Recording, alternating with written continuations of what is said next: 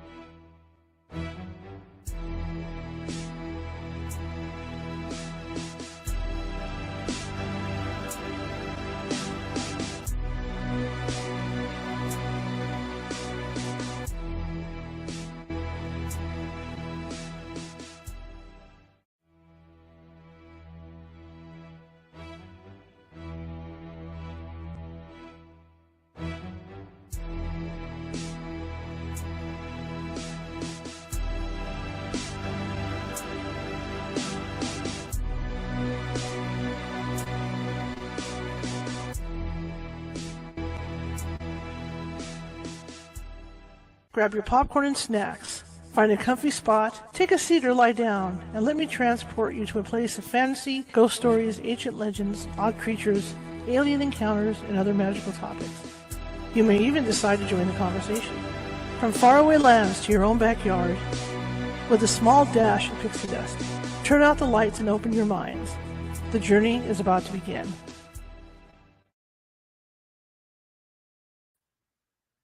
Happy 4th of July Eve. Is that what you call Independence Day Eve, everybody? Except for my friends over in England and Europe. But for my friends in the United States, happy 4th of July Eve. My name is Charlotte. I'm going to be your host for the next hour. I'm also the owner of the California Haunts Paranormal Investigation Team based out of Sacramento, California. We're 45 strong up and down the state, which means we can get you if you have a paranormal need or you think you have a paranormal need. But in some cases, we can't get you for like 1 or 2 days because California is a huge state and there's a lot of open spaces. But if we can't get you, then we have mediums on staff who could call you and consult, and in most cases, calm down whatever's going on in your home or business until we can get there. Today's show is going to be by phone. Heather, my good friend, came on, agreed to come last minute. I had a strange week last week, and I was booking away, and then it dawned on me that I hadn't booked today or Thursday, and so I had to call in some favors this weekend, which is what I did, and I got a hold of Heather, and she was willing to come on. So, yeah. The other thing with it being by phone is you're not going to see a lot of me on screen because it's 89 right now, and I can feel the heat already coming. I had to turn the AC off to do this by phone, so it's going to be an interesting hour. So I'm just hoping that the room holds the coolness when I'm under these big lights. Anyway, I did something that I don't normally do, and I don't know what possessed me to download one of those phone apps, like the ITC phone apps and stuff. And I put one on my phone the other day, and I was using it in here. And this is where I primarily film all my video. For you guys, for TikTok, for everywhere else. Unless I'm like having to do a product review or something, I do it in here because there's no room in here to do a product review. I do that in my other studio. Anyway, so I start to like turn this thing on, and I'm very skeptical of these things. Always have been. I've never been a big proponent. Proponent of them. There's only one I've had over the 20 years that I actually still use that the team and I believe is decent, right? Okay, so anyway, I turn this thing on and I ask the question: is there anybody in here with me? First thing that comes in, and the ones I believe really are the full sentences, not the single words. Too hard to piece stuff together, right? So I tend to believe the full sentences. So the first thing I hear is, "Am I on video?" That got my attention, right? I was like, "Who is this?" Right? I kind of stopped it after a few minutes after that, because I did not. What's the last thing I expected was something to come on and say, "Am I on video?" Wow. So that was really significant. And then yesterday, Nancy Matz and I were playing around with it, and we were doing it like through the phone for her house and different things to see what we would come up with. And it came, there was stuff that came on there that made a lot of sense to both of us. Stuff that between my house and hers. So it was interesting, but I think that really got my attention, and my eyes must have bulged out like 10 times, 10 times their size when the first thing that was said was, "Am I on video?" Wow. Okay, that being said, you can find California Haunts on Facebook, YouTube, Facebook, YouTube, TikTok. It's one of those days. It's really getting hot here. Facebook, YouTube, TikTok, Twitter, and Twitch. And on Facebook, we are California Haunts. So they're my name as well. You guys that know me, that's how you can find me. On Instagram, I am under Ghosty Gal. You can find me there as well. If you're over on YouTube, that's California Haunts Paranormal Investigation Team over on YouTube. And the address for that is youtube.com/California Haunts Radio. I kind of switched it up. And then when you talk about Twitter, I believe we're California Haunts on Twitter. And then we are Cal Haunts on Twitch. And then lowercase California Haunts at TikTok. Now, the only thing I ask tonight is if you like what you hear and you're watching from Facebook, please be sure to leave a thumbs up, a happy face, or something like that. Because what happens is there's a algorithm. And when you do stuff like that, it puts us up higher in the algorithm. All right. Same thing with YouTube. If you like what you hear, please do that because that helps with the algorithm over YouTube. Also, if you haven't done so already and you like what you hear tonight, please be sure to follow. Hit that follow button for California Haunts and me, hit that follow button over on Facebook and hit that subscribe button on YouTube. It doesn't cost anything. All right. And if you go on our YouTube page, there's 631 videos over there to look at, all divided into folders for your easy perusal. All right. One more quick announcement, and I'm going to bring Heather on. I have a class I'm teaching. I'm recruiting team members, so I'll be teaching a very intense Ghost Hunting 101 class on Saturday, and then Sunday there's openings for a class that if you don't want to be ghost hunting, with a group, you want to just like go yourself and check out some haunted place or something like that. I'm not so much a class as a seminar that will show you the places you can go and do that. I mean, I've been doing this for a long time, and we've gone almost everywhere in Northern California, and so we also have evidence from those places that we're going to be sharing with you. And these are places where you can go have dinner, you can like stay the night if you want. Sometimes, like the case of the Woodland Opera House, they give walking tours through. So it's stuff like that. Okay, so it's easy access places that you can go on your own. So that'll be Sunday, and if you want information on that, visit the California Haunts Paranormal Investigation Team meetup page and go under events. Okay, that being said, my guest tonight is an old friend of mine. I've known her. We never met in person. It's one of those deals, but I've known her since I've been doing this show.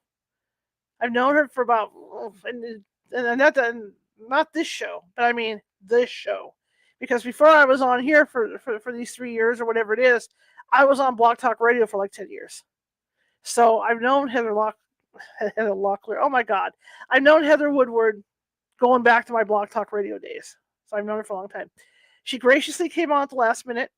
She is on vacation, for the July 4th weekend. But so she's graciously said she will do the show. So I'm real happy with that. She's got internet issues. My internet issues aren't that great today. So it's going to be a phone-in interview. I'm just going to let you guys know. But we're going to be talking about the Akashic Records. So let me call Heather and get rolling here. Get this show on the road.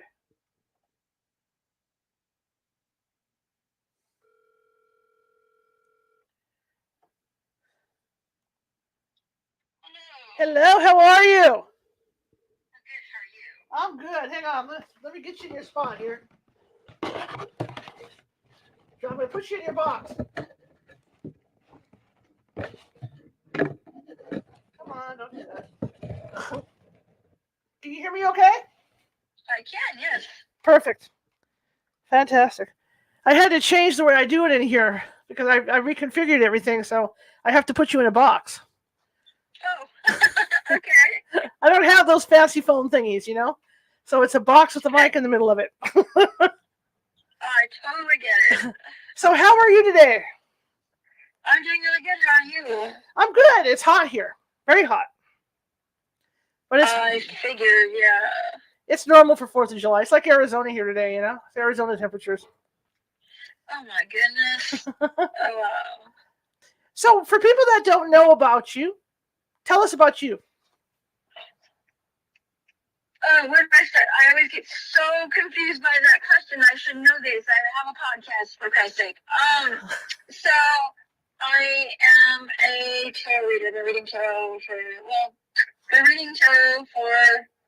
good 20 years now professionally. I've written 4 books on haunted locations, a paranormal investigator. What else? I channel, I do all kinds of stuff. It's just, I'm heavily steeped in the paranormal, Akashic Records, bestsellers, all that kind of stuff. You have been around. You have been around for a long time. Yes, esoteric is pretty much my life at this point. Because I remember the first time I ever saw you was on this. You had this fantastic website.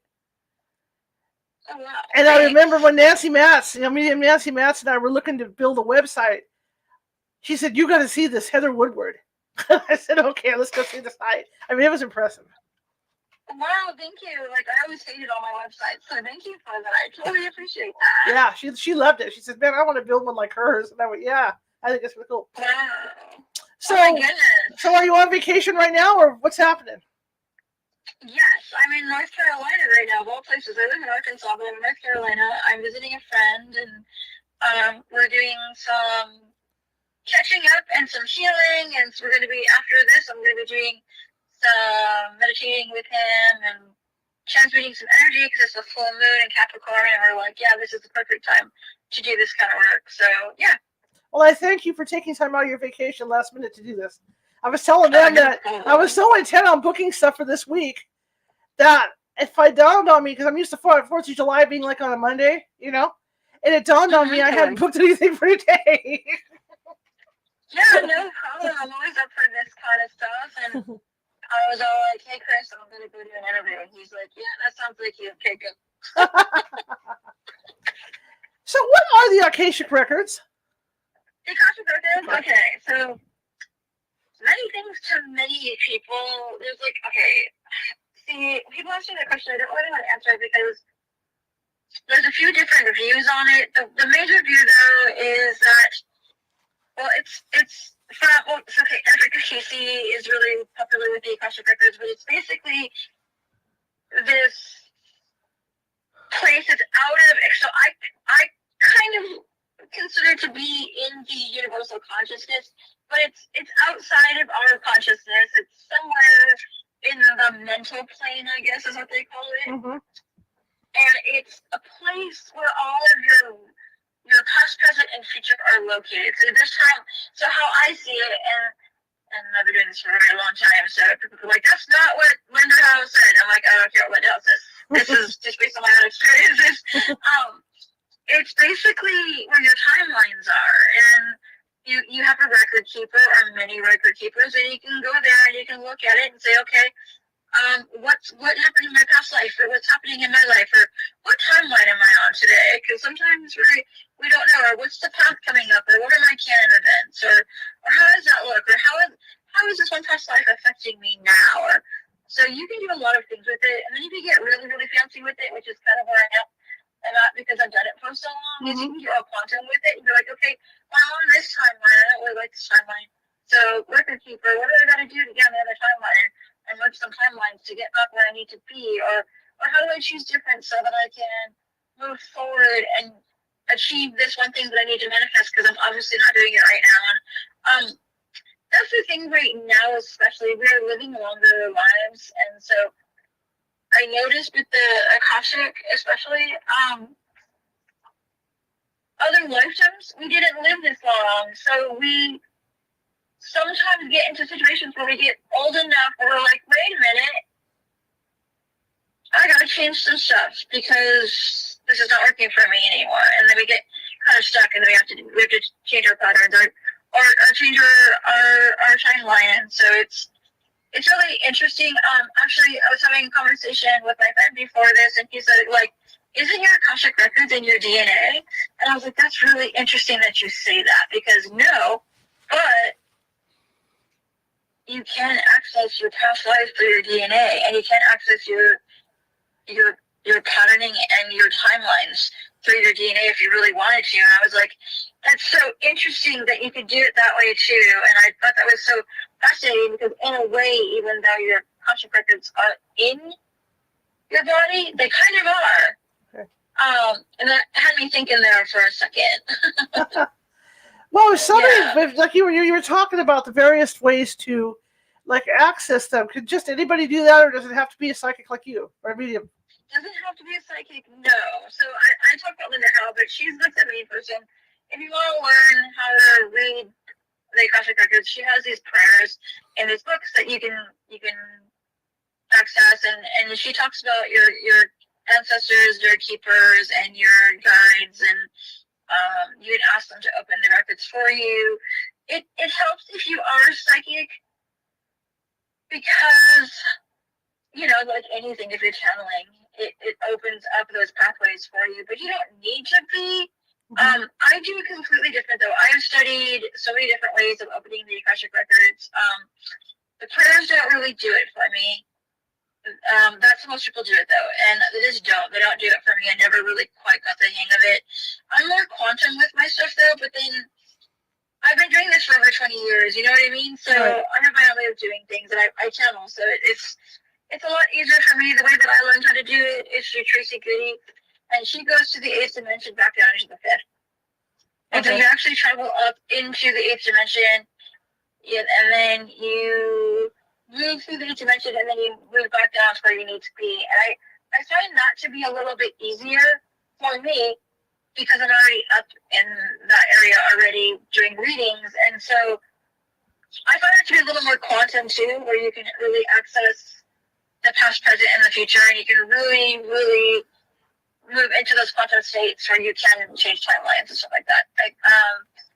Now, if you're just going for straight reading, the Linda Howe method is actually really, really good because it's kind of like a tarot reading on crack. I never knew that Linda Howe did that stuff. Say again? I never knew that she did that stuff. Yeah. Wow. That's really cool. Really cool. I think it's a different Linda Howe. Well, maybe I am too. Who knows? When you talk about the record keepers, who and what are they? So your record keepers can be anybody, and that's the thing. You never know. Usually, in my experience, just in my experience, only based on my 20 plus years of doing this. So it's not like I'm just pulling this out of my butt, but they can be. Usually, your record keeper has been with you for a very long time. Like my record keeper, I was a little surprised at my record keeper, and people don't believe me when I say this, but my record keeper is actually a Nord, and a Nord is a Pleiadean, and I was like, wait a minute. How is it that our record keeper is an alien? And he's like, well, I've been with you lots and lots of lifetimes. You figure it out. And I was like, okay, fair enough. But sometimes they're angels. So I've heard a lot of people say they're angels. Sometimes they can be somebody that you knew in a past life that decided to reincarnate and become your keeper. Sometimes they're people you don't know. It just depends. But usually they've been with you for lifetimes. So when you show up, they're like, hey, what's up? I know you. You know what I mean? There is a recognition where they have been with you for so many past lives that they can kind of give you hints, if that makes sense. Mm-hmm. Is this who shows you like when you die? Is this where the flashbacks come from? Is from the record keepers?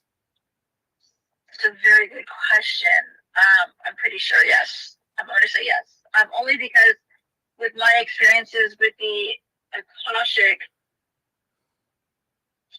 you do have so much access to your past, present, and your future. And you can look at it at the same time too. Like, I really believe in the idea of the holographic universe where, you're kind of standing in the middle of it. And if you stand there, you can literally see your past, present, and future. And you can kill the past to make way for a better future, that kind of thing. And right. I certainly feel like the Akashic Records have that kind of power if you so choose to use it. Now, most people just use it to read. Mm-hmm. It's so weird that you're doing an interview with me about this because I did an interview with somebody else last week on my podcast about the records because I wanted to see her take on it, and she was such an interesting person. Mm-hmm. But she does it mostly for, she uses it mostly to help people with the patterns in this lifetime. And sometimes patterning is just nurturing, nurture versus nature, or it's the things we get stuck in based on our own traumas and such. Mm-hmm. But sometimes, and you'll know, and anybody who's experienced this has felt it, sometimes there is this weird knowing, like, oh, this isn't from this lifetime. I'm repeating something that this feels way too familiar. And I don't know how to explain it better than I know that was a little esoteric, but it really is that, where I've talked to people about this. We're like, yeah, I'm repeating a pattern. I recognize I'm repeating the pattern, but yet I can't find the focal point for it. And it's this feeling of like deja vu, or this feeling of this is not now. Why does this feel bigger than that? And when you get those kinds of experiences, especially when it has to do with a death, or it has to do with something that has to do with, like, you keep repeating the same patterns with loved ones or lovers. Yes, some of that is absolutely patterning. Some of that is absolutely trauma responses and stuff like that. It's definitely in this lifetime. But sometimes you keep running into the same person over and over and over again in different people. Right. That is past life. That is where you're like, okay, why do all my boyfriends look alike? What is going on here? And if you can go back into the records and you can really find that focal point and then heal through that, usually it gets rid of the karma, so you change the Okay. pattern. Okay, that makes sense. So that's a really good way of using the records. It's when you get an Akashic reading, that is what it's good for. It's good for pinpointing trauma points. It's good for pinpointing past life stuff. It's great for what I use it for, and I do it a little differently. So I do Akashic Records reading, but mine are a little more expensive because of how I do them. I actually take you with me. I'm like, we are going to create a point where I'm going to take you through the meditation with me, and I'm just going to facilitate it and give you the energy boost you need to move through the records yourself. So that way, if you ever want to go back, it's easy now because you have this focal point. You have like I think of it as like an antenna. It's like now you have this key in order to get into your own records. So now you don't need me anymore. And I find that is more. I don't use it like a tarot reading. I can channel, so I can give you the information you need. But when I take people into the records that way, it's so much more empowering for them because they can meet the record keeper and they can see it for themselves, and they can make choices in real time.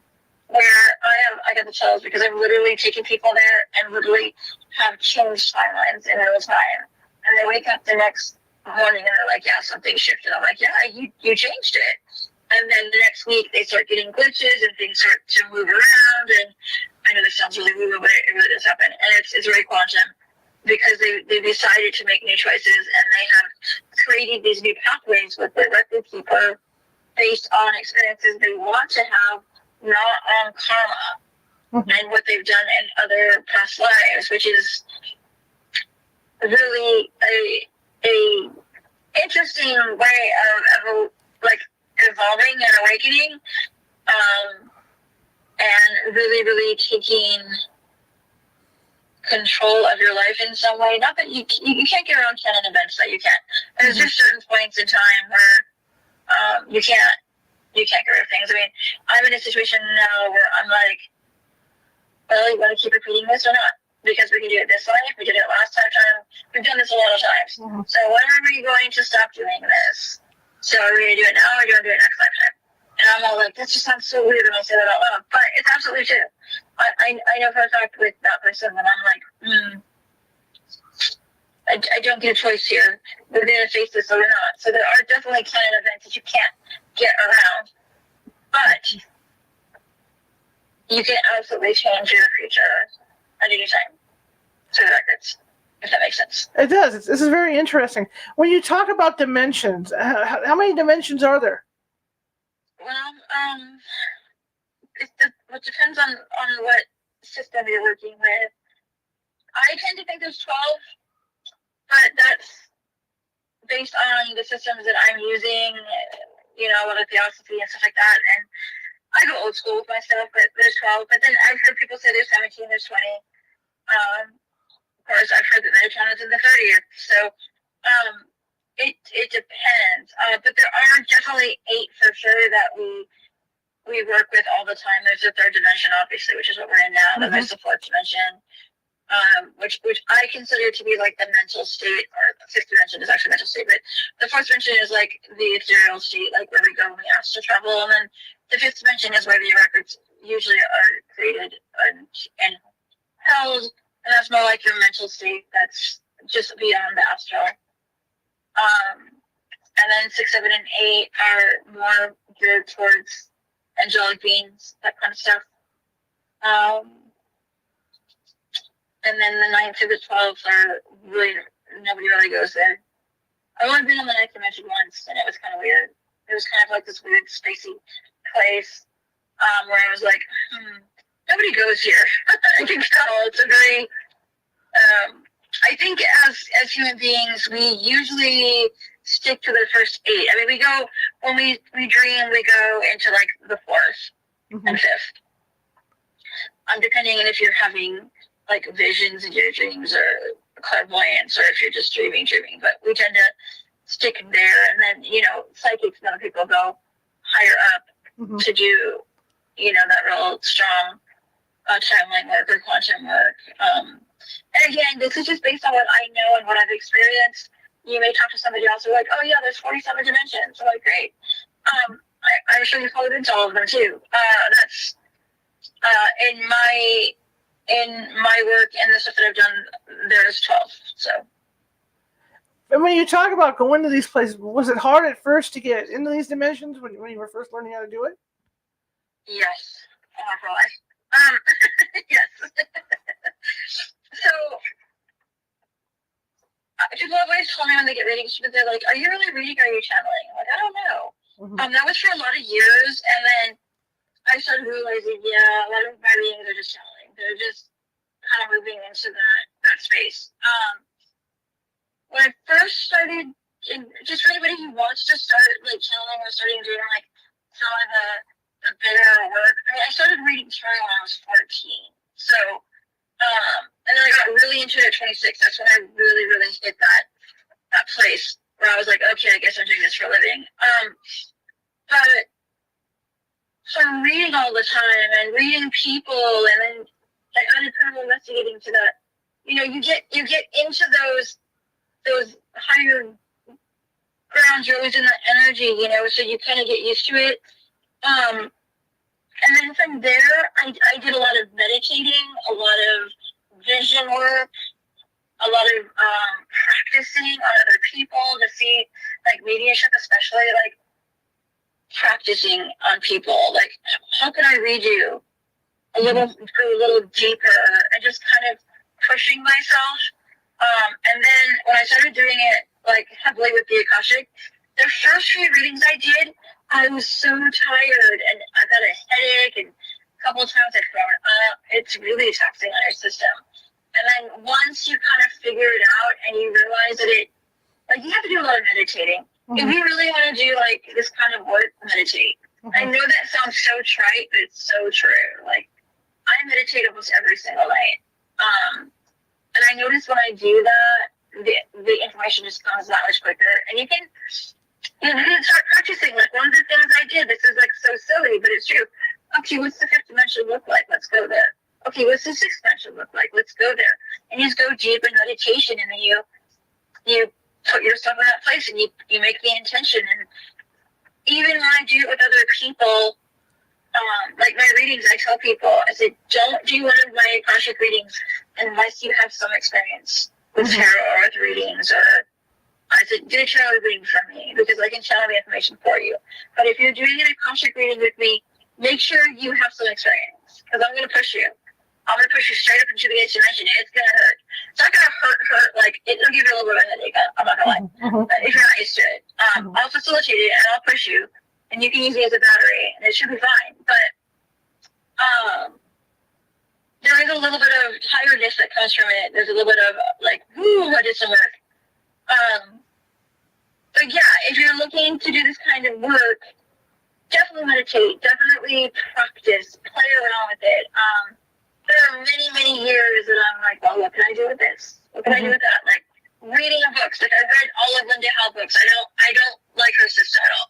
But I went through and read all of her books. Absolutely. And then I read, her last name is Saint Germain. I don't remember her first name.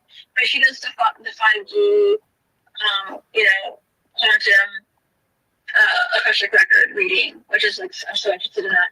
But even that stuff seemed so out there when I first started reading it, and I started practicing it, and then I'm like, okay, what's next? And then through Tracy Giddy, I did the eighth dimension Akashic record reading, and that's really where I was like, yes, this is what I need. This is exactly. I love doing quantum stuff. So for me, it feels really, really natural. For other people, they feel like it's kind of too much, but I wouldn't have gotten there if I wasn't curious and just pushing myself all the time to keep opening the channels and keep, I just looked at I've been keen for 15 years. I just looked at my stats. I've done over 30,000 readings. So, if you think about that, and that's just on that one site. That's not including the readings that I've done for my personal clients. So, we're probably like about 40,000 readings at this point. I mean, if I'm not pushing myself, then I don't know what the hell I'm doing. You know what I mean? It's at that point, I should just go home. You know what I mean? Like at a certain point, you have to start evolving and right. and changing the game a little bit, if that makes sense. Right. And I can vouch for meditation. I mean, I got to get back into it because I used to meditate in the mornings and then in the evenings. And I tell you, it did something for my health. I mean, I felt a lot better because I think all that stress and stuff was coming off of me. You know, wherever I went to visit on my beach or whatever. But I mean, it really helped. And I can also vouch for being sensitive and being on a ghost hunt and not being grounded properly and getting what I call goose by a ghost. And how tiring it is, and how exhausting it is. And I know for mediums and psychics that do a lot of work and deal with this stuff, it's hard on them. It is. It's not hard anymore. It used to be harder. Like I don't investigate as much, but I used to investigate a lot. And I've been on some big investigations recently, and I'm like, wow. These used to wear me out, and now it doesn't even faze me. And I'm like, yes, it's the years of meditation. I know it is, because there's no other way. But if you get into a really good meditation practice, and this is something I tell people, and this is really important. People are like, I can't sit still for 30 minutes. I'm like, either can I. I have a monkey brain like crazy. I am so ADHD to everybody. I mean, yeah, there's no way. I'm like, blah, blah, blah, blah, blah, all the time. My brain does not shut off. So, finding other ways to meditate. Like, for me, I have to have some kind of binaural beat. I really, really react to that very well. Or, like, a white noise, or a pink noise, or a brown noise. Or, I need something to sometimes I just do ones that have, like, affirmations. Because my monkey mind will focus on the words, and then the rest of me is actually meditating. So it kind of gives my monkey mind something to do, so I can move into that state. And that's the one thing that I could explain to people. Like, like people are so hesitant to meditate because of that. Or running. Running is a good meditation. Or walking. Go put headphones on and listen to your favorite music and just walk. And zone out. That is a great meditation, and it puts you in the same relaxed state. I can't remember if it's delta waves. I can't remember. I'm not that cool, but the waves of meditation happen through knitting. Even if you like knitting, knitting is a great meditation technique. Absolutely, because you can count stitches, and counting stitches is actually very, very relaxing and meditative. You know, right? So, focusing on that. Now, when somebody wants to go out of body, say that to visit their Akashic Records, I mean, do you suggest them doing it with someone like you, or can people figure this out on their own? I would suggest you do it with somebody first. I'm not gonna lie. It's hard. It's not the hardest thing ever. But if you're new, I'll say this: if you're a medium or you've read tarot, it's probably not as hard as you think. If you don't do those kinds of things, if you're not already in the divination, world, it's going to be tough for you. That's why I keep saying Linda Howe, but that's why Linda Howe stuff is kind of the best place to start. She has a book called How to Read the Akashic. And it's a yellow-orange book. It's really popular. I know everybody's seen it. Anyway, it's the prayers in her book and the meditations in her books are very straightforward and very easy to deal with. They're if you're just going in to look at something, to read yourself or to read another person, that's what I would suggest. You don't have to go as crazy with that I do. I hate to say this, but I'm kind of I'm past the intermediate level now. I'm an advanced person. You know what I mean? I've done this for way too long. So, right. And I say that humbly. I'm not saying like, oh yeah, I'm an egotistical person and I do all these things. No, it's just I put in the time and the work. And so the way that I do things is just my way, and it's a little bit more intense. But if you're just another person and you're looking to like, I want to see what my past lives are, definitely go to Linda Howe route, because that is going to give you the information that you need to do those more. I air quotes light readings where you don't have to delve too deeply. I call it, getting the most prominent, prevalent information, the stuff that's really going to get you going and affect your life, because usually the stuff that comes up is the most prominent energies in your karma or your life cycles. And so that's probably what you're dealing with right now on some level. It's going to give you the information. Like, say you're a Viking and now you like Viking stuff, and you love all the Viking movies. You're like, why am I so obsessed with that? Right. If you do something, if you do those lighter readings, they're not really light, but they're lighter readings, then you're going to be like, oh, wow, I was a Viking during this time period. Well, that makes sense as to why I do the things I do now. It just kind of brings those aspects to the forefront, and then you're like, well, why do I like Viking stuff this lifetime? Why am I connected to that lifetime? When you start asking those questions, even if you're not in the records, through meditation or just through dream work, sometimes you can set the attention in your dream work to be like, okay, tonight my intention is to find out the reason why I like Viking stuff this lifetime, even though they're Viking thousands of years ago. You know what I mean? Mm-hmm. You may not get the answer that night, but sometime in that week, you will start dreaming about why you like Viking stuff. And that's really the coolest part of this, is that once you open the records and you kind of find out the information that you need, then you can do automatic writing, you can do pendulum work, you can do dream work, you can do tarot readings on it, because now you have the information in your consciousness, and now your higher self can do the rest of the work for you. And I think that's really cool, because, like my friend said, it's probably in your DNA. So you can tap on that if you want to. You don't always have to go into the records, but you can if you want. I do all the time. Like, anytime I have a question, I'm like, let's go to the records. Let's see what the records say. Sometimes they're like, no, we're not gonna tell you. I'm like, great, thanks, that was helpful. They're like, we'll tell you in a different way. I'm like, okay, but at least I went there to look at it to see if this has any significance, or if I'm just, tripping out on something, because you never know. It sounds so. I'm talking about this. I'm like, man, this sounds really crazy. But this is like my life, and I always tell people this too. Like, if you don't believe in miracles, that's fine. If you don't believe in past lives, that's fine. It doesn't really matter. So, even if it's just trauma from this lifetime, right?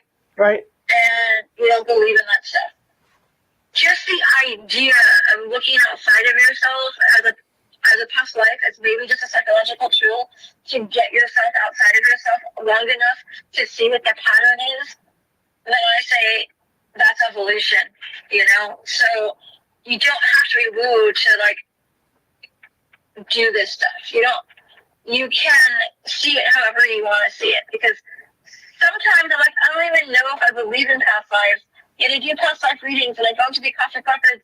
I don't even know if I believe in that either. But then I'm like, yeah, but it's a great tool to learn about yourself and to learn about your patterning. And it's a great tool to get outside of yourself, to learn why you do the things that you do. So I see it more as that. I see it more as a tool to connect to those hidden aspects of yourself that maybe you're hiding from yourself, or maybe you don't want to see. So you can look at it that way too. Absolutely. Now, you mentioned earlier that the keepers of the records could be angels. It could be your guiding spirits. What do they look like when you encounter them? Do they look human, or do they look ethereal? They look human most of the time. Most of the time. They come to you in human form because that's easier. Just like I feel like most things do.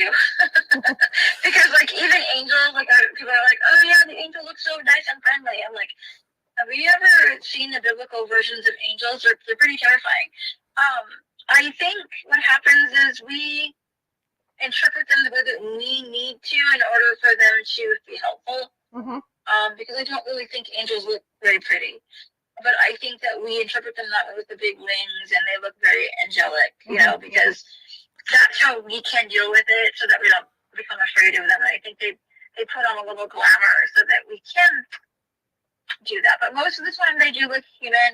I know with my person, my record keeper, my main person, if I look too closely at him, his skin is the wrong shade. And it's a little bit too nice. Like, it's a little bit too alabaster, is how I say it. It's not like normal skin. But, or his eyes don't have that, like, that soul connected to it when we look at people. So there's always little variances where I'm like, yeah, you're not, you don't look like this in real life. Like, I can tell that. But for me, he's really tall too. He's like 8 feet tall. Wow. But in order for me to deal with him, she keeps that form. And he always wears like, it's silly. He always wears like this white robe and sandals. Like, he's like, I'm doing the thing for you. I look like very angel-y. Like, I look very much very angelic. He's got like blue eyes and blonde hair.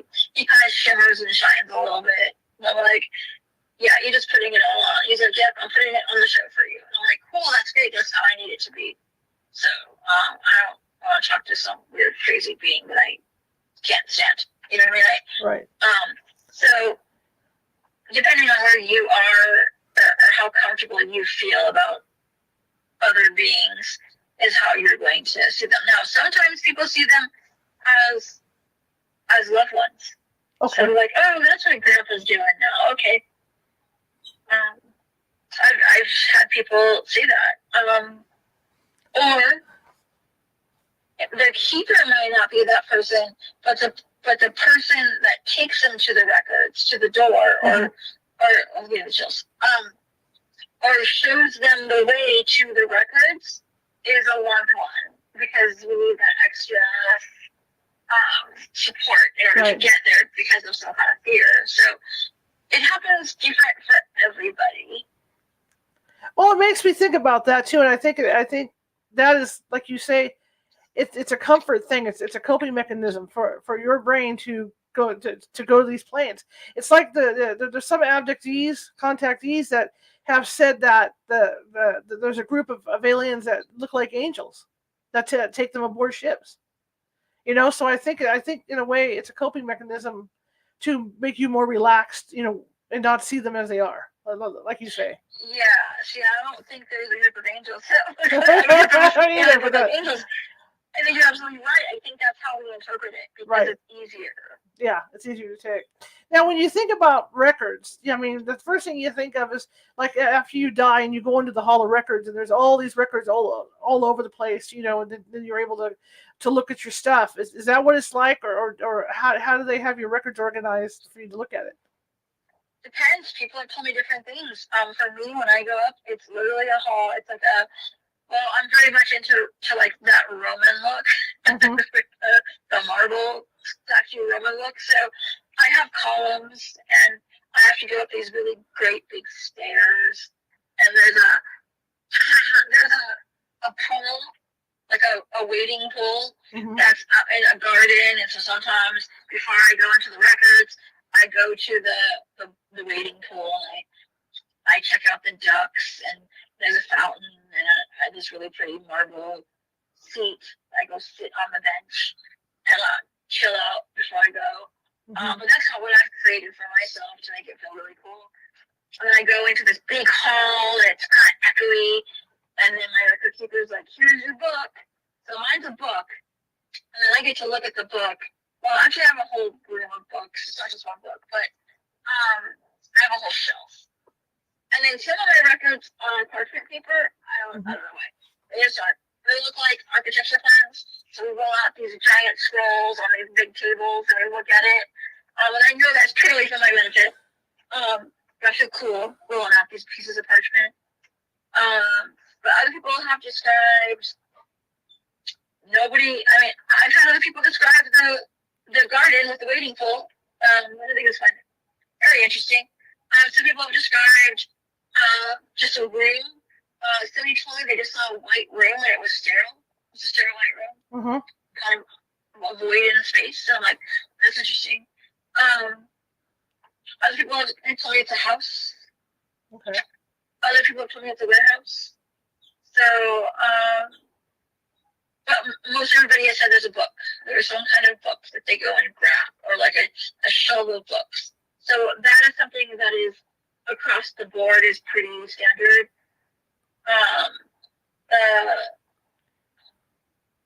The way that I see it with the big room, you know, with that kind of like Colosseum, like not Colosseum, like the more the Roman look.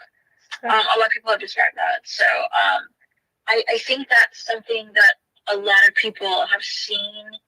I kind of think of it as an egregor, kind of, you know, an egregor. It's like one of those things where certain people have experienced it that way, that it kind of is that way now. Right.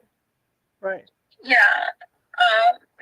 But the other thing, too, which is really interesting, and I've had other people tell me this, too, is that you will see other people with their record keepers walking around.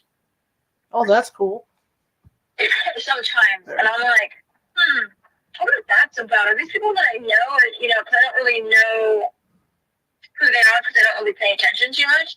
But I have encountered when I'm sitting there on the park bench, I have seen other people walk by. And I'm like, I wonder if these are people in my soul family, or how am I able to see them? Right.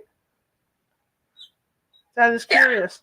Now, another question I have, kind of connected to the one about after you die, before you're reborn, are you able to go through your records and decide what you're going to do with your next life, or how does that work?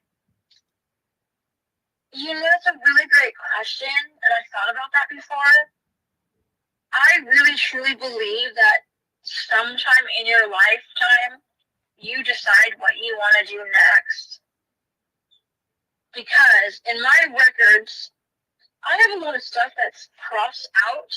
Mm-hmm. Like, I'm like, I don't want to do that anymore. Because it's not connected to what my soul purposes are, what I've decided that I want to do, because I change stuff up so much. Right. But like, I literally seen whole passages crossed out. So I'm pretty sure somewhere, either before you get reincarnated or in some capacity somewhere, you go to the records to write stuff down. It has to be. Mm-hmm. It has to be. There has to be a place, because how else would you know what to do for the next lifetime? I mean, It's not that everything's set in stone, because it's not.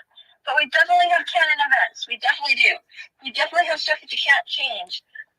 And that's based on, I truly believe that's based on karma. Now, I'm not the full expert on this stuff. Mm-hmm. Based on my 20 years of experience, I can tell you that much of your canon events either have to do with people, like old loved ones, like, okay, well, you died from war in this life, so we're going to reincarnate together again, and we're going to try this whole love affair again, and we'll see if we can get it right this time.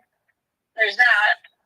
Or it has to do with karma, like, I don't really feel like learning this lesson this lifetime, so just push it back. And I've heard that happen so many times. We really got to do it this lifetime. Mm-hmm. Well, you said that, so you're kind of bound right now. Now you can change those contracts, obviously.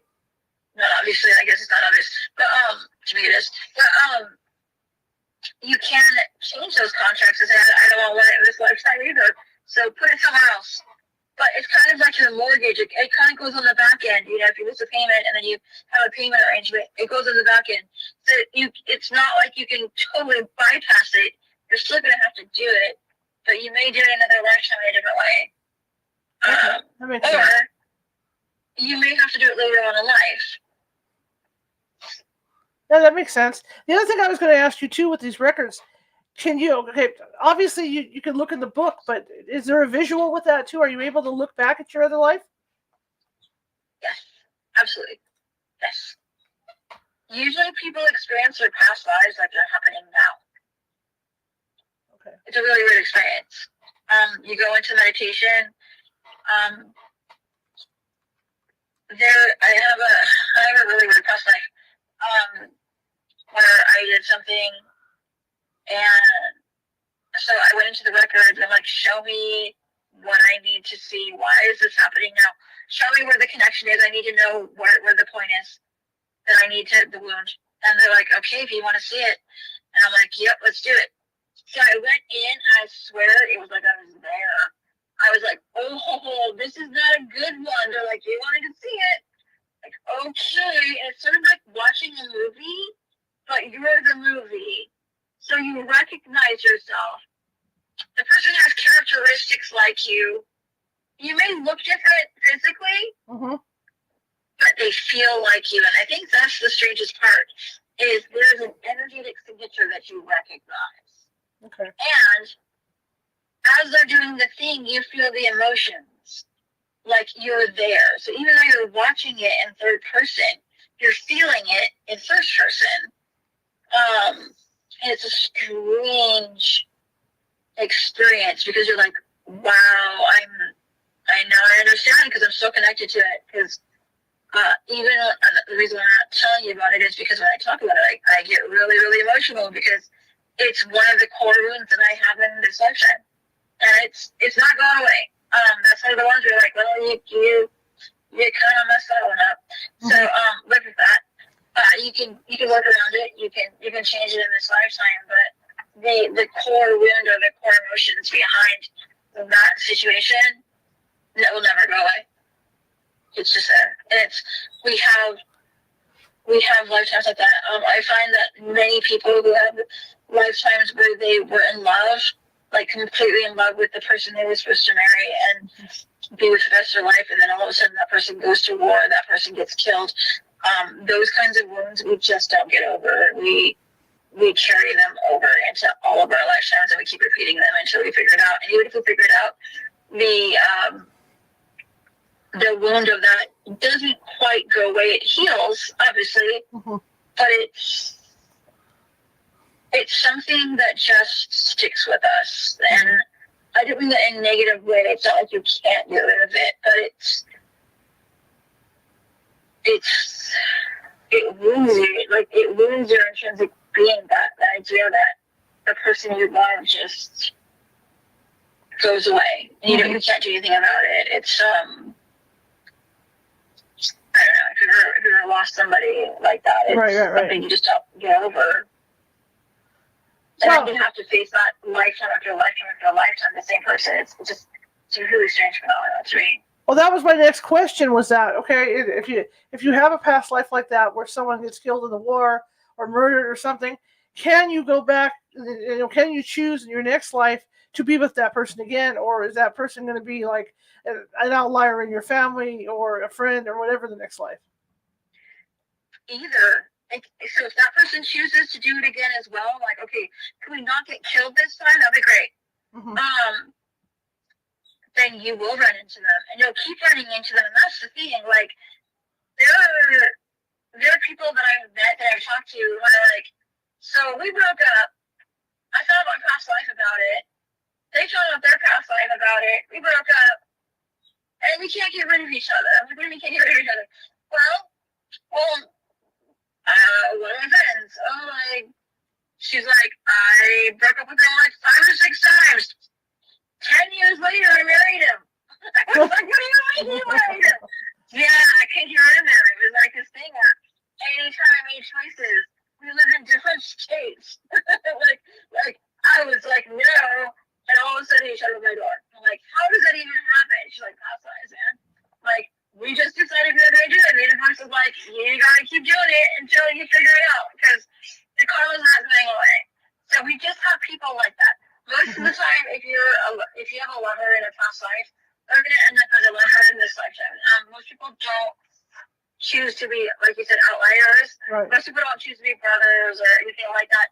Usually, both souls want to get it right. Which is kind of interesting if you think about it. Like what drives us to do that, you know? And then sometimes you get it right, and then you're like, okay, this was really good. Let's do it again. Let's try to do that again. Let's just try to make it better the next lifetime. You have a better relationship. Let's make this happen. And then you find that person again in another lifetime, and it's and you're like, well, I recognize you. There's something about you that I just want to experience again. And then there's other people that just never get it right. And Yeah. I know, like, okay, so, like, usually the people around you, like your mom, your parents, your brothers and sisters, usually there've been other people in your, even your friends, usually there've been other people in past lives. So, like, we take turns. So your mom could be your sister in one lifetime. Your mom could be your dad in another past life. You know what I mean? It's we tend to, like, I want to try this role now. So you kind of stick with your soul group on a certain level. You can add people and take people out of your soul group, but like, you don't have to stick with them always. Interesting. But for the most part, we do tend to run into the same people, or we do tend to stick to our soul groups, strangely enough. Interesting. Now, when you look at your records, I mean, is everything in there, like even the bad stuff you've done? You know, because I mean, not everybody's going to do good stuff. Let's face it. We're not all Everything angelic, is in there. so everything's in it's there. All Wow. The good and the bad. Like I said, the one past life I was talking about was not a good situation. I was not a good person, and I'm like, damn. Okay. Mess that up. All right. Okay. Well, how am I supposed to like reconcile that? That was a dumb move. But yes, you can see when you've killed people. You can. I know people that are like, I poisoned people in my past life. I'm not surprised. I say that to them. That sounds just like you. No, it doesn't. It kind of does actually. But like. So maybe that's why I'm trying to be nice this lifetime. Yes, you're trying to be nice because you poisoned a bunch of people last lifetime. Okay, I guess I can work with that. You know what I mean? It's right. not. There's no judgment to it. I mean, you just figure out. Now there are lifetimes sometimes in the records, especially like you're not ready to see that. Those lifetimes. Those are the hardest ones because you have little memories of them. And if you go into the records, you do have little snippets of them. You can see snippets of them, but you can't see the full thing until you're ready. And sometimes they're like, until you evolve a little bit farther ahead, we're not going to show it to you. You're just not ready. You're not ready. The emotional ramifications of this is going to be too great. And so they do protect you. The universe does protect you. Your record keepers do protect you. They don't show you stuff until you're absolutely ready or when you can face it head on. I just find. Go ahead. No, go ahead. I was just saying sometimes you'll go records, you'll fall asleep. If you fall asleep, it's an indication they don't want you to see it. You'll get a headache and you can't do it. They're like, nope. Or they'll show it to you and then you forget it. Every time you try to write it down, you're like, what was I looking at? So yeah. So you just brought up a good thing, a good topic. Like, how do you know when you're ready for this, and how do they know when you're ready for it? I mean, at what point in your lifetime, would you be able to see them? Do you think? Well, if it's for your evolution, if it's for the greater good of you, like if you have something where like you killed somebody, right, and you're like, oh, I can't deal with that because I'm gonna feel a lot of shame and a lot of guilt. If you're not able to transmit that energy, they're not gonna show it to you. If you're a place where you can look at it objectively and you can transmit that energy, be like, okay, I was a dick in a past life, but I'm okay now. That's a whole other ball game. So it's really just testing the waters and kind of seeing where you're at. But a lot of times, if you're curious and you really want to know what's in the records, it usually means you're ready. Okay. Because if you're curious about it, then there's something there that you either need to see or something you need to experience, I would say. That makes sense. So you have what is there a new book out? Right now? Yeah, Eerie, Arkansas is coming out in, I just got the edit for the book in my email today. So, it's going to be out, I believe, in October. Well, that's really cool. It's called Eerie, Arkansas. My other book is Eerie, Oklahoma, and close to Central Arizona, and 100 hotspots in Arizona. So I have 4 books out so far. We'll see if I write any more. I'm not sure. But yeah. You seem really busy. Where do you find the time to keep churning out books? That's a great question. It's kind of like my hobby. So I use it as a hobby. I'm always doing readings. I was working, but usually, so like my last book, I was like, okay, this gives me an excuse to go do some investigating. So I kind of use it as a way to investigate, and I write about it, and it's a lot easier that way. Okay. Yeah. Makes a lot of sense. How can people find you? You can go to my website, but actually the easiest way to get hold of me is through my podcast website, which is enviousalien.com. It's enviousalien.com. All right. Heather, thank you so much. I really appreciate you coming on tonight. Oh, you are very welcome. Thank you for letting me wax prolific about this stuff. Yeah, absolutely. I mean, anytime. You're welcome anytime. Thank you so much. I appreciate it. All right. Well, you have a great rest of your vacation. Okay? You too. Bye-bye. Okay, bye.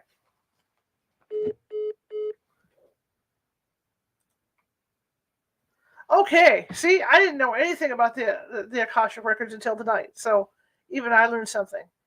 Well, guys, this is it. This is the end of the show tonight. Tomorrow night, of course, I'm not going to be here. It's the 4th of July. You probably won't be here until the 4th of July. But the good news is that I have a pre-recorded interview for you that I did last week with a gentleman named Mark A. Carpenter. He's an archaeologist, anthropologist, and he has investigated the pyramids of Mexico and the Nephilim. And he's got some really, really interesting things to say about this, and how we're not getting the whole story from our scientific community on this stuff. So he's going to be on tomorrow, and again, that's a pre-record. So if you see it on Facebook, and I'll be teasing it like always on the YouTube link. Let me turn this up. I can double hear myself here. Okay, that's better because the other mic's on. But I'll be teasing it, the usual Facebook places and all that stuff for you to find. But it's good. It's a very interesting interview, and what he has to say about that. In fact, it's just so intriguing. So that'll be tomorrow, usual time, 6:30 p.m. Pacific. But you should be able, after that, you get home from your 4th of July celebrations and whatnot, and you should be able to just go over to click on the link and go to YouTube and watch it. But I think you're going to like it. You're going to like it a lot. And then just a word of warning, and I know I say it at the end of the video tomorrow night, but the next interview is with Elena Gabor, and she's going to be on at 10 a.m. Pacific on Wednesday. So it's going to be kind of a roller coaster ride as far as the next 2 days go. But yeah, I hope everybody has a safe and sane 4th. And for all my friends in Europe and England and all those places, I hope you guys have a great day tomorrow. And I will definitely see you back. I will definitely be back here on Wednesday to see everybody. If you like the show, share it with 5 people. If you hated the show, share it with 5 of your enemies. We're equal opportunity here. We just want to get the word out about our show, and it seems to be working, getting that word out. So please do pass this on to friends and relatives if you like the show, especially today. If you like what you watched, if you're watching from Facebook and you haven't done so already, hit that follow button. And if you're watching on YouTube, hit that subscribe button. And again, show us some love. Show us some love on Facebook. Show us some love over at YouTube. All right. I will see you guys on Wednesday at 10 a.m. Pacific. Have a great day tomorrow.